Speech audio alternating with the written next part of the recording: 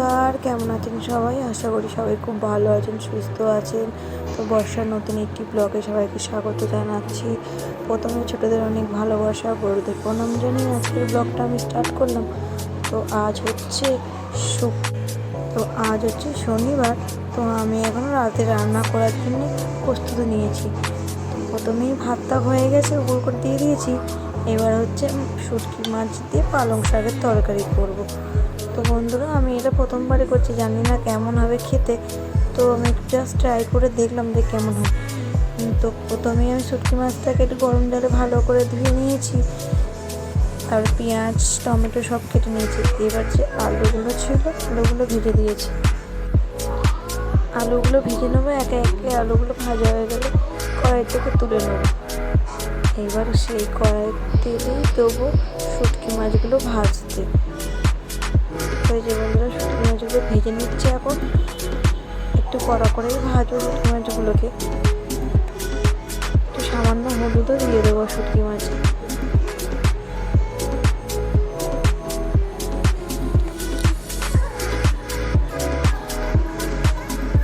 শুটকি মাছটা ভালো করে নেড়ে চড়ে নেবো, যাতে একটু কড়া কড়া ভাব চলে আসে।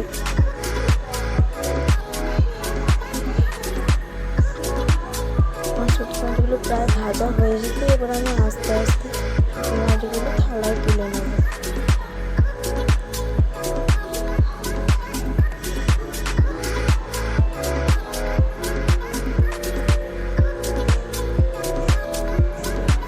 আমার শুটকি মাছগুলো প্রায় ভাজা হয়ে এসেছে। এবার আমি একে একে শুটকি মাছগুলোকে সব থালায় তুলে নেব, তেল ছড়িয়ে।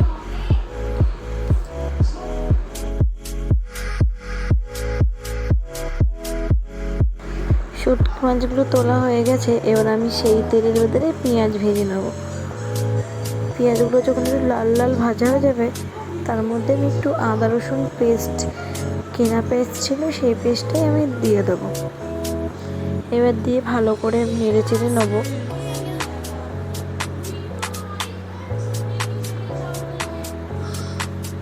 আমি আর কড়াই কোনো এক্সট্রা তেল অ্যাড করিনি, সামান্য জল দিয়ে ভালো করে কষিয়ে নেব। এবার তার মধ্যে আমি হলুদের গুঁড়ো, জিরের গুঁড়ো ও লঙ্কার গুঁড়ো অ্যাড করে দেবো। এবার ভালো করে কড়াইটাকে মশলাগুলো ভালো করে নেড়ে নেব। সামান্য নুন দিয়ে দিলাম স্বাদ অনুযায়ী। এই দেখুন বন্ধুরা, একটু সামান্য জল দিলাম আবার, দিয়ে ভালো করে একটুখানি নাড়িয়ে নেবো, যাতে তেলটা ওপর দিকে চলে আসে। দেখুন বন্ধুরা, কত সুন্দর তেলটা বাইরে চলে এসেছে। এবার তার মধ্যে আমি পালং শাকগুলো দিয়ে দেবো। পালং শাকগুলো নাড়বো না, এখনই চাপা দিয়ে রেখেছি। পালং শাকটা একটু শুয়ে আসে, তাই পালং শাকটাকে আমি চাপা দিয়ে দিলাম।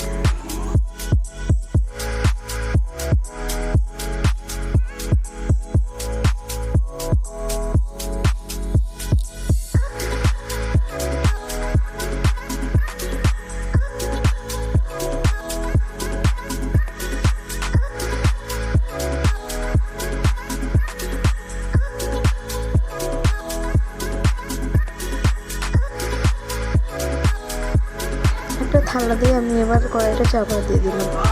এবার আর একটা কড়াই নিলাম, তার মধ্যে সামান্য তেল নিয়ে নিলাম। সেই তেলের ভেতরে কিছুটা কারি পাতা,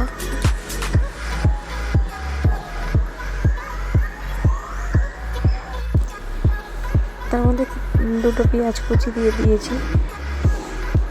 তার সাথে কিছুটা টমেটো কেটেছিলাম, সেই টমেটোগুলো দিয়ে দেবো। টমেটোর পরিমাণটা একটু বেশি পেঁয়াজের থেকে। এবারে চলে গেলাম তরকারিটার দিকে, যে পালং শাকের তরকারিটা হয়েছে কিনা দেখছি। এখন জল ঝরেছে, তাই পালং শাকের তরকারিটা আবার চাপা দিয়ে দিলাম। একটু আলু দিয়ে দিলাম, যে আলুগুলো ভেজে রেখেছিলাম, আলুগুলো দিয়ে ভালো করে নেড়ে নিলাম। পালং শাকটা নেড়ে নিলাম। এবারে চলে এলাম ওই কড়াই, টমেটো আর পেঁয়াজ দিয়ে ভাজতে বসিয়েছিলাম। সেই ভাজাগুলো হালকা হালকা ভেজে এসেছে। কিছুক্ষণ ধরে না, যতক্ষণ না টমেটোগুলো গরম হচ্ছে ততক্ষণ ধরে মশলাটাকে কষাতে হবে।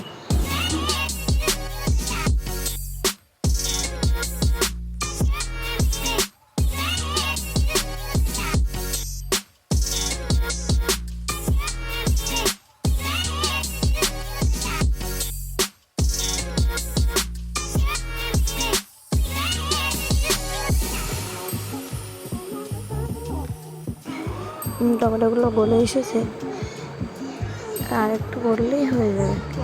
তো তার মধ্যে আমি আদা রসুন পেস্ট অ্যাড করেছি একটুখানি। এবার সেটা দিয়ে ভালো মতন নেড়ে নেবো, তাতে কাঁচা কাঁচা গন্ধ না বেরোয়।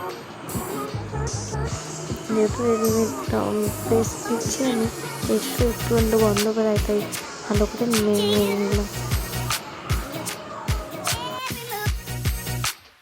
টমেটোটা হতে হতেই এবার তার মধ্যে লঙ্কার গুঁড়ো, হলুদের গুঁড়ো, জিরের গুঁড়ো আর সামান্য নুন অ্যাড করে দিয়েছি।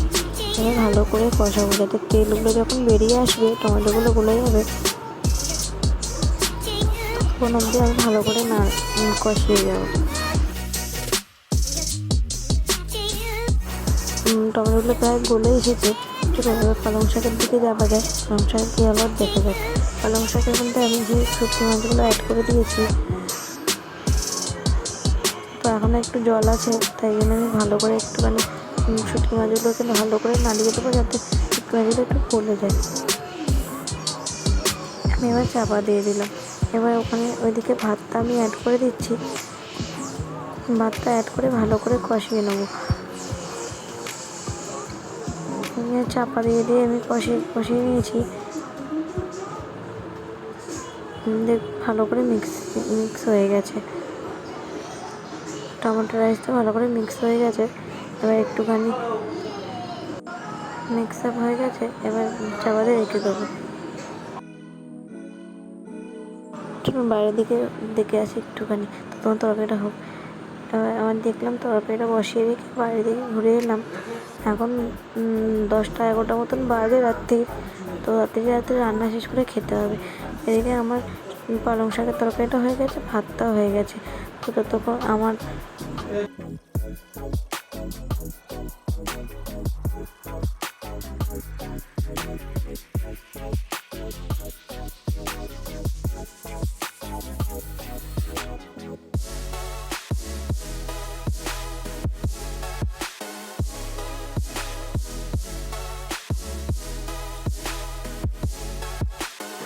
এই দেখুন বন্ধুরা, আমার টমেটো রাইসটা হয়ে এসেছে, পুরোপুরি কমপ্লিট হয়ে গেছে টমেটো রাইসটা। তো দেখতে কিন্তু খুব সুন্দর পোলাওয়ের মতন দেখতে লাগে, খেতেও কিন্তু খুব টেস্টি। আপনারা বাড়িতে অবশ্যই একবার ট্রাই করতে পারেন। আর এই যে শুটকি মাছের পালং শাক আমার তৈরি হয়ে গেছে। তো তার মধ্যে দেখি ওর বাবা বাক্স করে কি একটা নিয়ে এসেছে। তো এখনই ওপেনিং করবো না জিনিসটা, 2 দিন পরে ওপেনিং করবো। আপনারা যদি দেখতে চান যে বাক্স করে কিনছে, ততক্ষণ আমার চ্যানেলটি সাবস্ক্রাইব করে দেবেন, লাইক শেয়ার করে দেবেন, আর নতুন পাশে থাকা বেল আইকনটা অবশ্যই ক্লিক করে রেখে দেবেন। তো আজকের ভিডিওটা আমি এখানেই শেষ করছি। দেখা হচ্ছে পরের ভিডিও। টাটা।